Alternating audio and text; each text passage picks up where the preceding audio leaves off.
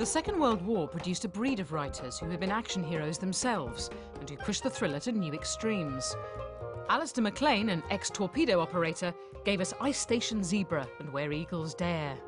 And Ian Fleming drew on his experience as an intelligence officer to invent a memorable hero who, over the course of 14 books and 24 films, continued to waltz in, bash up the bad guy and save the day in time for a martini.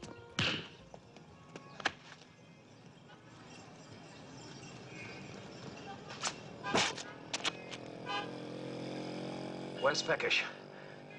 Where's Peckish? Pyramids! Ah! What a helpful chap. Fleming created a blueprint for the invincible superhero, but also the closed world he inhabited, full of gadgets and glamour. It was a winning formula, and one that influenced the most successful thriller writer of the generation to come, who revealed to us the smells, sights and superheroes of a world in which he himself had been a champion.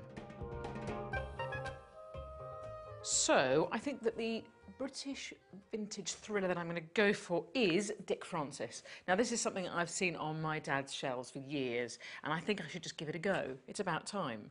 I mean, his sort of pint-sized protagonists don't really have the sort of grandiose stature of the sort of Greek superheroes we're used to. They're more like, they're like little tiny leprechauns in silk trousers.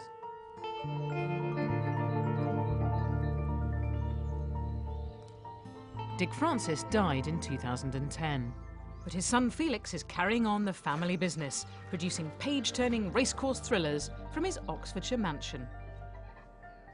So I'm going to meet Felix Francis, son of Dick, and I'm mulling over questions, but all I can think of is really bad horse puns. You know, lovely to meet your wife, is she a bit of a nag? How do you find writing? Do you enjoy it, or is it a bit of a mare? Do you feel saddled with the family business? What spurs you on to write? Are you full of unbridled enthusiasm? I've just got to stop. The Grand National, watched by 250,000 people, was as thrilling as ever. And for the first time, we filmed it from a travelling camera. The half-dozen favourites included 2 entries by the Queen Mother, Devon Loch and Matufu. Before he became a writer, Dick Francis was one of Britain's best steeplechase jockeys. In 1956, he was riding the Queen Mother's horse Devon Loch to near victory in the Grand National.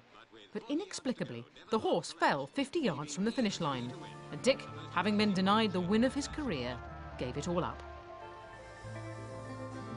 But instead of fading into obscurity, he took up a second horse-filled career, writing racing blockbusters, which dominated the bestseller charts throughout the 1970s and 80s.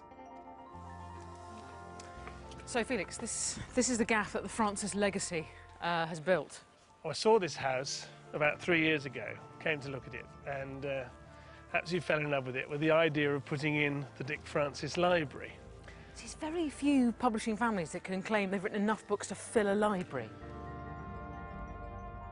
Dick Francis wrote 43 books translated into 37 languages, so that's 1,591 books for starters. Better get going with those shelves. And you're going to have your own bookcase, so will it be sort of so that your dad's work sort of goes there and then yours sort of takes over and sort of moves around this way? No, well, partly, I suppose. What I like to think of is that Dick Francis is more than just an individual. It's the family. I mean, Dick Francis was very much my mother and father, and I'm now involved in writing the books as well. But there's still Dick Francis books. I mean, even though he's now gone,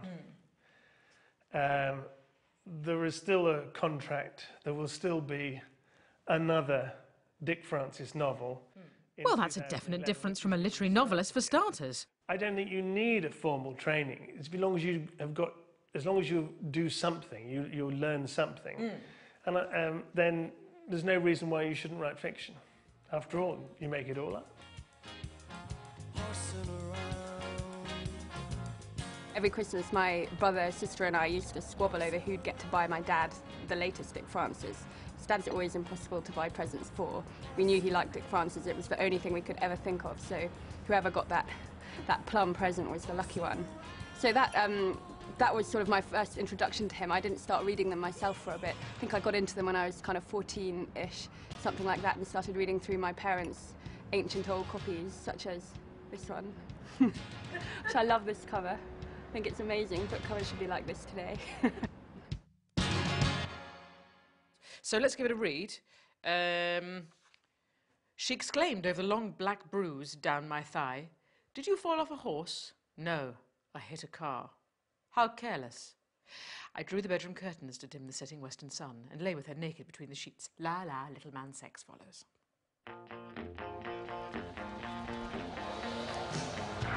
I think I need to go to the races to get a better sense of Dick's world. See what it was about this setting that makes these thrillers, well, thrilling.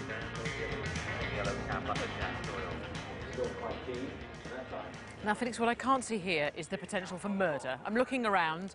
There's a few sort of bacon butties, the odd rolling of eyes and tutting, but there's no murderous intent. Well... Can you see it? Well, we've got the corporate boxes here. I mean, there's plenty of murderous intent could be taking place up there. But actually, out on the track, it's... it may look staid. It may look very genteel. But there's nothing genteel about what you're about to witness on the course.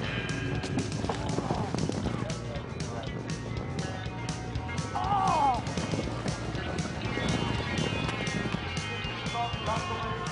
It's only when you get close to the fences that you see the strength and the speed. Sweat on the flank and the... It is exciting. Come on, you Reds. Is that right? So have you ever read a Dick Francis novel? All of them.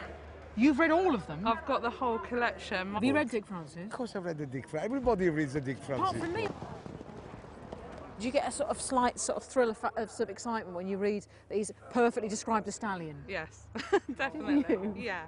But the thing is, It sounds really sad, but no, yeah, it doesn't, because if I really love music. If I was reading a thriller set in about an orchestra or something, and it was written by somebody who never played an instrument, I'd get really annoyed because I think, well, that's not right, and it takes your mind off the plot, doesn't it? Yeah, that's the thing. Wait of each way. What do you think it is about racing that kind of lends itself to big blockbuster novels that millions of people read? Excitement and the suspense. And intrigue. That's the word I was looking for. Intrigue. Well, to create a bit of suspense of my own, I'm going to indulge in some high-stakes gambling. Let's hope I don't get in too deep. I like those odds. Do you? What do you hear of this horse? Here's 5 of my English pound. 5, yeah. Is it your last 5? That's all I've got. Be kind to me. Have you got an handkerchief? I'd like it on Tyne Spirit, please. Tyne Spirit, £5. I'll have 20 on Tis Free to Drink. Certainly can. 20 20 quid? I'm in the wrong place. Sir. Thank you very much. Thank you very much, sir. As Tis Free to Dream has the lead on the outside. Gulliver Board Northwood there. Oh, it's an absolute romp. Oh, come on, Tis Free to Dream. Come on! Look at mine. Look at mine, how far he is behind. Hey! Hey, hey! Well done, you. 70 quid.